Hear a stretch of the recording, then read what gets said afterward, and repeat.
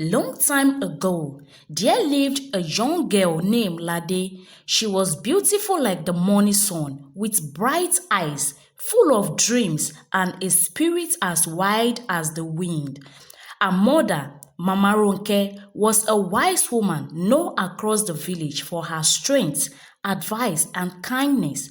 Mama Ronke had raised Lada alone after her father passed, and she tried to raise her with the same wisdom her mother had passed down to her. However, Lade was stubborn. From the moment she turned 16, a spirit of rebellion grew in her. She was clever, beautiful, and bold, too bold for her own good. Village boys admire her. Girls envy her confidence, and elders whispered about how she walked like she holds the wind. Mama Ronke, though she was proud of her daughter's spirit and she began to be worried, Lade, she would say gently, "You are stepping into womanhood. Not all attention is good. A man can call you beautiful today and forget your name tomorrow. And do not run with wild boys who only know how to charm with words.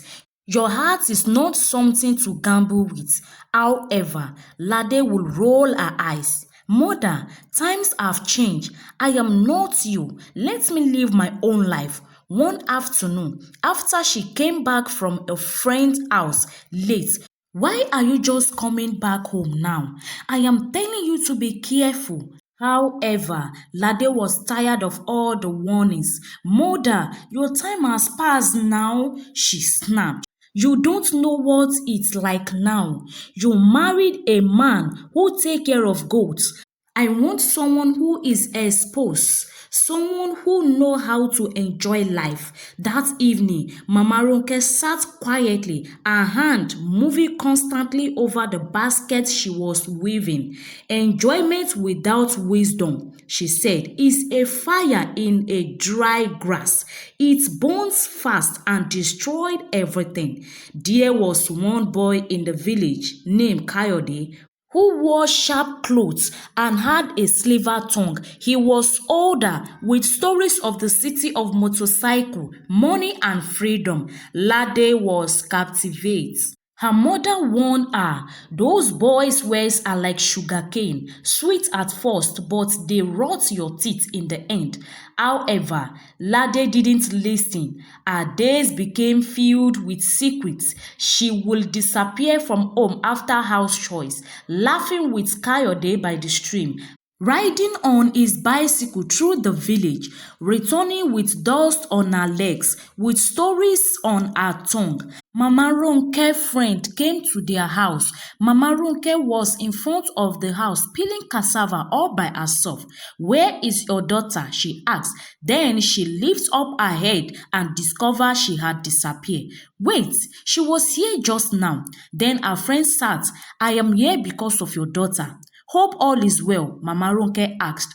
"These days, I've been seeing your daughter and Kayode riding motorbike through the village, and the way Kayode is running and your daughter sat at his back laughing. I'm concerned. That is why I am here, because I know you don't know about this yet. So that is why I decide to bring this to your notice."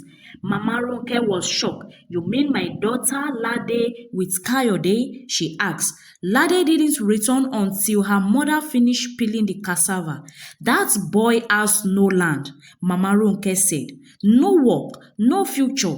His mother raised him with bitterness, not with discipline. He will not care for you." However, Lade was in love, or she thought so. Then Lade replied, "You just don't want me to be happy. You want me to live like a villager forever." One day, Mama Ronke found Lade's school uniform squeezed under the bed. She hasn't been to class in weeks. Mama Ronke lost her patience that day.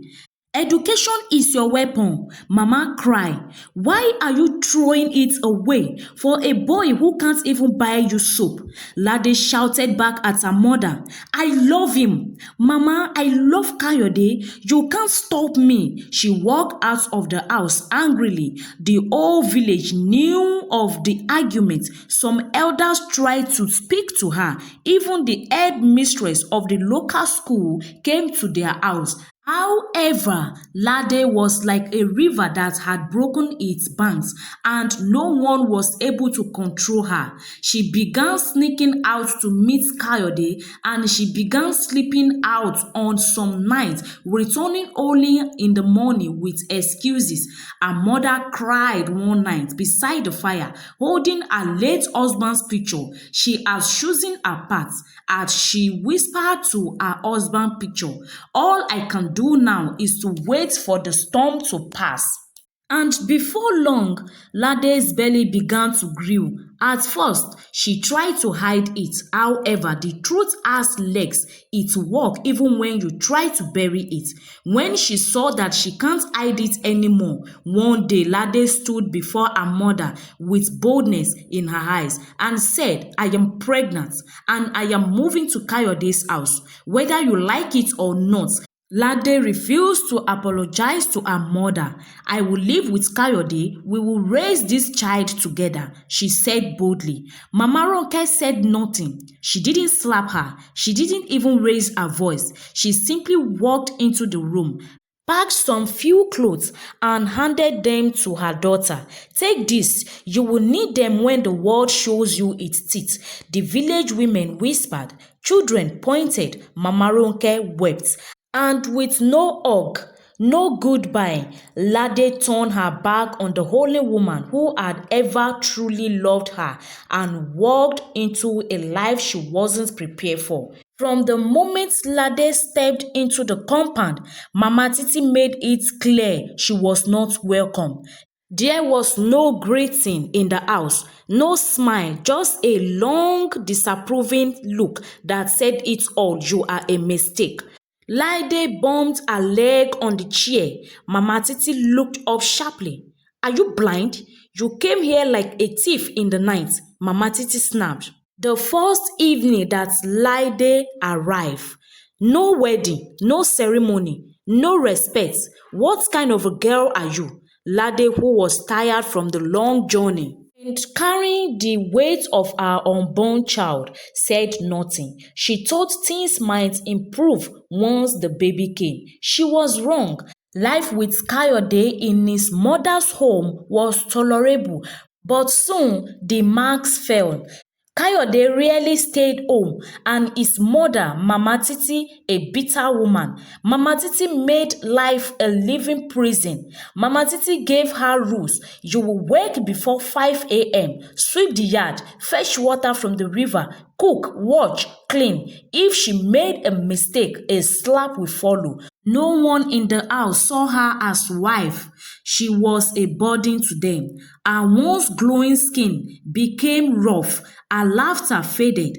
As soon as possible, she missed the days of sitting with her mother under the shade tree, grinding millet and sharing stories. Each day began before 5 a.m. She would bang on her door with her stick, shouting, Wake up, lazy girl. You think this is your mother's house?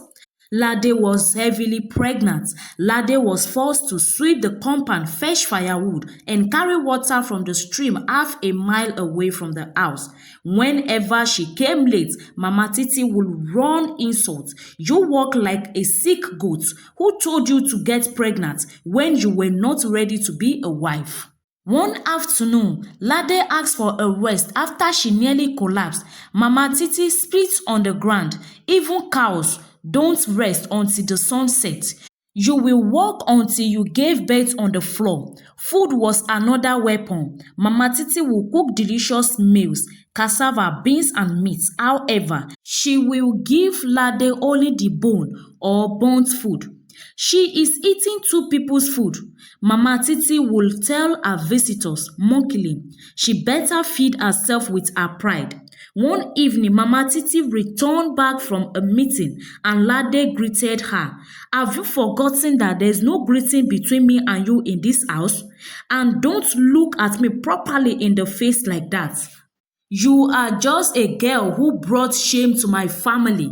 No wedding, no bride price. You just open your legs and walk in with your belly. That night, Lade was not given a bed. She slept on a worn mat in the corner of the kitchen. The smoke from the fire pit burned her eyes all night. Each day began as usual. While other women were still sleeping, Lade was outside in the cold, fetching water in a heavy clay pot from the river.